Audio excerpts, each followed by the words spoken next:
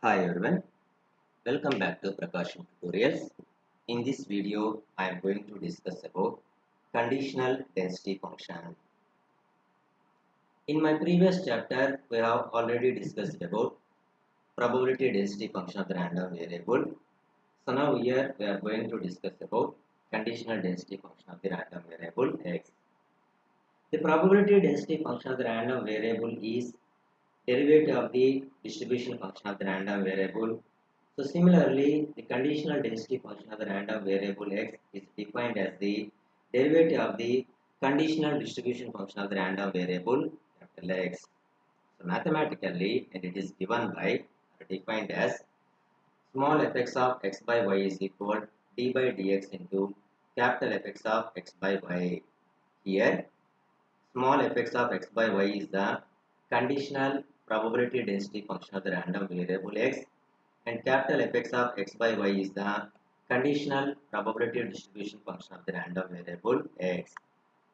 So we know that capital fx of x by x less than or equal to y is fx of x by fx of y for x less than y, and for x greater than or equal to y the conditional distribution function of the random variable is 1. So this is already derived, already explained in the concept of method of defining conditional event.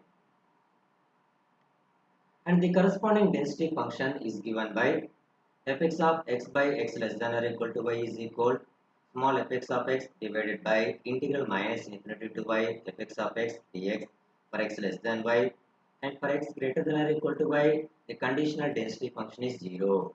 So this is also already explained in the concept of method of defining conditional event. So please refer that video.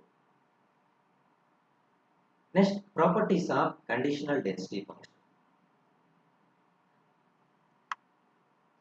The properties of conditional density function are also similar to the properties of ordinary density function.